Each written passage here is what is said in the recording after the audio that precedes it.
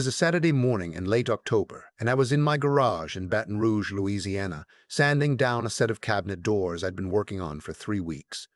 The garage smelled like sawdust and linseed oil. I had the radio on low, some old country station that still played Merle Haggard on weekends. My coffee had gone cold on the workbench. I didn't notice. I was in the zone the way I only get when I'm working with my hands.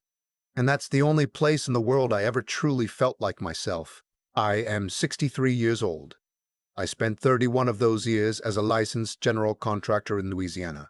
I built houses, real houses, from the ground up, poured foundations, framed walls, ran electrical rough-in, set tile, hung doors that actually closed straight. I never got rich doing it, but I built something more valuable than money. I built a reputation. In 3 parishes, if you mentioned my name, people would nod and say, "He does good work." That meant everything to me. My father said a man's name is only worth what he builds with it. My daughter Noelle was getting married in 6 weeks. I was building her and her fiancé a house, not buying one, not contributing money toward one, actually building one, designing it, pulling the permits, managing the subcontractors, swinging the hammer myself on weekends. The 1,100-square-foot craftsman bungalow on the piece of land her mother and I had bought years ago outside Covington, just across the lake. 3 bedrooms, a wraparound porch, hardwood floors I was milling from a white oak that had come down in a storm on the back of our old property. I'd been working on it for 8 months. I put in over $60,000 of materials, most of my savings, and more hours than I could count. It was the most meaningful thing I had ever built. Noelle was my only child. Her mother, my wife of 28 years, passed from ovarian cancer 4 years ago. After that, Noelle was all I had left of the life we built together. I threw myself into the house project partly for her and partly because grief has a way of needing somewhere to go. Sawdust and nail guns and level lines. That was my therapy. Her fiancé's name was Preston. He was 32, worked in corporate finance in New Orleans, wore suits that probably cost more than my truck payment. His family was from old money in Mississippi, the kind of people who had a lake house in the beach house and still talked about the lake house like it was modest. His mother, the first time we met at dinner, asked me what I did for a living. When I told her I was a contractor, she smiled the smile people smile when they're trying not to react, and then she asked Preston if he wanted more wine. I noticed. I always notice. But Preston seemed to make Noelle happy. She laughed more around him. She had her mother's laugh. This surprised, delighted sound, like she'd just heard the best joke of her life. I wasn't going to take that from her. I swallowed whatever I felt about his family, and I kept building. The house was about 70% done when things started shifting. It was small at first. Preston and his mother came out to see the progress one Sunday afternoon in September.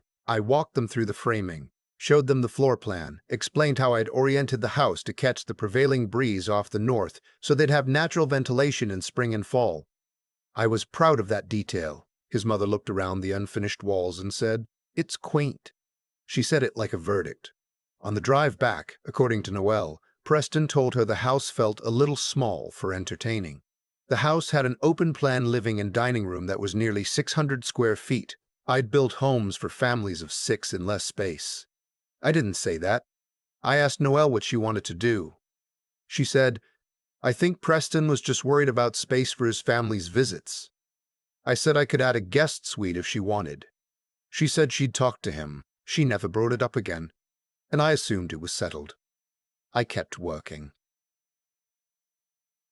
Then, in early October, about 8 weeks before the wedding, Preston's mother called me directly. She'd gotten my number from somewhere. I still don't know how. She told me in a very pleasant voice that she and her husband had been discussing the housing situation, and they felt it might be better for the newlyweds to start fresh in a property they had chosen themselves. She said she wanted me to know they had found a condo in the Garden District, and they were prepared to make a down payment as a wedding gift. I let her finish. Then I asked if Noelle knew about this call. She paused just a half-second too long before she said, "We've been discussing it as a family." I thanked her for letting me know, and I hung up. I called Noelle immediately. She didn't pick up. I texted her and asked her to call me when she had a chance. She texted back 3 hours later. Can we talk about it this weekend? I've been really stressed. That weekend came and went. We didn't talk about it. I kept working on the house. What else was I going to do? Stop in the middle? Let it sit half-finished on land her mother and I had saved for? I told myself Noelle would come around. I told myself Preston's mother was just overstepping and that Noelle would handle it. I told myself a lot of things that month. The Saturday morning the text came. I had just gotten back to the garage after walking the Covington property. I'd spent the morning installing the porch railings, turned white oak balusters I'd shaped myself on the lathe my father left me. They were beautiful. I was not a man who said that about his own work often, but those railings were beautiful. I drove home, made coffee, sat down at the kitchen table and picked up my phone. There was a text from Noelle, sent at 6:47 in the morning. Dad, I need you to stop construction on the house. Preston and I have decided to accept his parents' offer. We're going with a Garden District condo. I know this is hard to hear. Please don't come to the wedding rehearsal dinner. Preston's mother is hosting it, and she's only doing close family on their side. And Dad, about the wedding. Preston's family has strong feelings about keeping it intimate. I think it's better if you don't come. I'm sorry. I hope you understand. I read it 3 times. I set the phone face down on the table. I sat there in my kitchen in the quiet, and I thought about the last 8 months. I thought about the white oak floors and the porch railings and the guest room I'd framed out even though nobody asked me to, because I thought one day maybe Noelle would want her kids to have a place to sleep when they came to visit. I thought about the night I sat in that unfinished house alone on a 5-gallon bucket with my flashlight, talking out loud to my wife about how the porch was going to face east so Noelle could have her morning coffee in the sun. The way she'd always liked to sit in the morning sun. I didn't cry. I was past that particular response by then. I picked up my phone and I made 3 calls. The first was to my attorney. I told him I needed to review the property deed and confirm sole ownership was still in my name. He confirmed it was. The land and everything on it was mine. I had never put Noelle's name on it, had never transferred anything, because I was planning to do it as a formal gift at the wedding. That plan was now cancelled. The second call was to my building supply account manager. I asked him to pause all future deliveries to the Covington site. He said no problem. He'd known me for 15 years. He didn't ask questions. The third call was to the framing crew I had coming in Monday to start on the interior trim work. I told them to hold off. I'd be in touch. I finished my coffee. Then I drove out to Covington one more time. I walked through the house slowly. I touched the door frames I'd planed and fitted by hand. I looked at the white oak floors, which I had sanded twice and were ready for their first coat of finish. I looked at the kitchen cabinets I'd built in my garage over the past 3 weeks. I hadn't installed them yet. They were still in the garage, stacked and wrapped in moving blankets. I thought about that. I took out a notebook and I wrote down every item on that property that I had personally fabricated. The cabinets, the balusters, the built-in bookshelves I'd assembled and primed, but not yet mounted. The lathe-turned newel post for the staircase, which was still in my shop. The light fixtures I'd wired and boxed, waiting on final inspection. A custom transom window I'd built for the front entry, leaded glass, a pattern I'd designed myself based on a photograph of the transom in the house where my father grew up. I photographed everything. Then I drove home. That evening, I did not text Noelle back. I did not call. I did not explain myself or argue or beg. I had learned a long time ago from watching my father and from 30 years of running a business that when the situation has already been decided without you, the only dignified response is to act, not to react. Over the next 4 days, I went to Covington every morning before dawn. I removed every item I had personally built. The cabinets came out of the garage. The balusters I numbered and stacked carefully, wrapped in the same moving blankets. The built-in shelves I disassembled and loaded into my truck. The transom I wrapped in foam and moving pads and laid flat in the truck bed. The newel post, the light fixtures still in their boxes. I left the structure itself. The foundation, the framing, the roof, the rough plumbing and electrical, all of that stayed. I'd paid for it, and in a bitter way I didn't mind leaving it. What I took were the things that were mine in a way that went beyond money, the things I had made with my own hands, the things that had my father's lathe in them, and my wife's morning sun in them, and 30 years of knowing how to do something well. On the fourth morning, I also called the county permit office and updated the contractor of record on the project. I removed my license from the permit. That meant no licensed contractor was currently attached to the project. Any future work would require a new permit application and a new contractor of record. Preston's family would discover this when they tried to proceed. I didn't do it out of spite, I told myself. I did it because my name and my license were on that structure, and I was no longer responsible for its completion. That was just professional practice. I was not sure I fully believed myself on that point. But I did it anyway. The wedding was on a Saturday. I know because I'd had the date in my calendar for 11 months. I spent that Saturday at home. I changed the oil in my truck. I called my old friend Desmond, who'd worked framing crew for me for 12 years before he retired, and we had lunch at the diner on Plank Road, where we used to go after long jobs. I did not tell him what day it was. He probably knew. Desmond always knew more than he let on. He just talked about his grandkids in the LSU game and let me eat my food in peace. That's the mark of a real friend. I was home by 3 in the afternoon. At 4:12, my phone rang. It was Noelle. I let it go to voicemail. She called twice more. Then she texted, "Dad, please pick up. Dad, please pick up. We need to talk." I sat on my back porch with a glass of iced tea, and I watched the light change over the yard. My wife had planted crepe myrtles along the back fence years ago. They'd just finished their fall bloom. The spent flower clusters were hanging brown and dry on the branches, but the bark was that beautiful, smooth cinnamon color it gets in winter.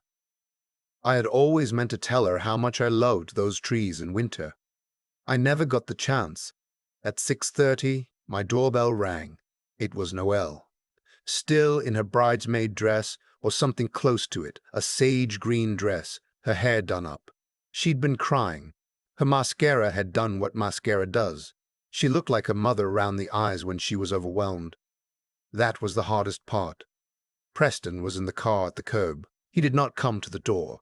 I opened the screen and I said, "Come in." She sat at the kitchen table. She looked around the house, and then she looked at her hands. She asked me why I had stopped work on the house. She said Preston's family had been planning to put the condo in their names to give to Preston and her, and now they'd found out the Covington house was unfinished and unpermitted, with no contractor attached, and they were asking questions she didn't know how to answer. I said, "The house is my property. The items I built are my property. I removed my work from a project I'm no longer part of." She said, "But Dad, you were building it for us."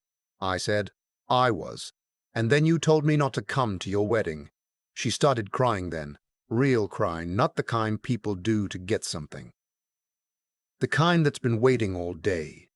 She said she was sorry. She said Preston's mother had pushed her, and she hadn't known how to hold the line against her. She said she didn't actually want me to miss the wedding, that she had panicked and sent that text at 6 in the morning because Preston's mother was pressuring her the night before, and she didn't know what else to do. I listened to all of it. I handed her a paper towel from the roll on the counter because I was out of napkins.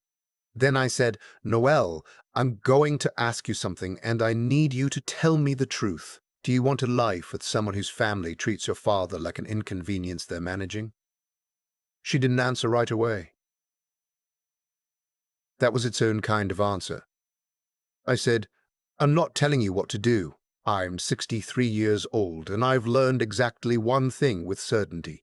You cannot build a good life on a foundation that was laid wrong. I built enough houses to know what that looks like 20 years down the road." She sat there a while. Then she asked if she could use the bathroom. I said of course. When she came back out, her face was washed. She looked younger. She looked like herself. She said, "The house in Covington, could you finish it?" I said, "I could." She said, "Just for you right now. Don't put my name on it yet. I need some time to think." I said that was fine. She left. Preston was still in the car. He drove them away, and neither of them looked back at the house. I don't know what happened between them in the weeks after that. That's not my story to tell. What I know is that 6 weeks later, Noelle called me on a Tuesday night and she talked to me for 2 hours. Not about the wedding or the house or Preston's family, just talked the way we used to when she was in college and would call on Sunday evenings and we'd just wander through conversation like we had nowhere to be. She told me she and Preston were separated, that she was staying at her friend's apartment in Metairie, that she was okay, that she had an appointment with a therapist on Thursday. I told her good. She asked if she could come home for a weekend soon. I said I would make up the guest room. There was a pause and she said, "Dad, I'm sorry about the wedding text. I've thought about it every single day since I sent it." I said, "I know." She said, "Were you very hurt?" I thought about that Saturday. The oil change. Desmond in the diner. The crepe, myrtles in the late afternoon light. I said, "I was. But I'm a lot of things, and hurt is just one of them. I'm also your father, which is the one that counts." I heard her breathe out slowly. I drove out to Covington that Thursday, reinstalled my contractor license on the permit, called the supply account to restart deliveries, texted the framing crew. I walked through the house in the early morning quiet, and I stood at the east-facing kitchen window and watched the sun come up over the tree line across the road. I thought about the porch. I thought about the morning coffee. I thought about my wife telling me that east was always the right direction, always toward the light. I pulled out my notebook and I wrote down what was left to finish. There was still plenty of work to do.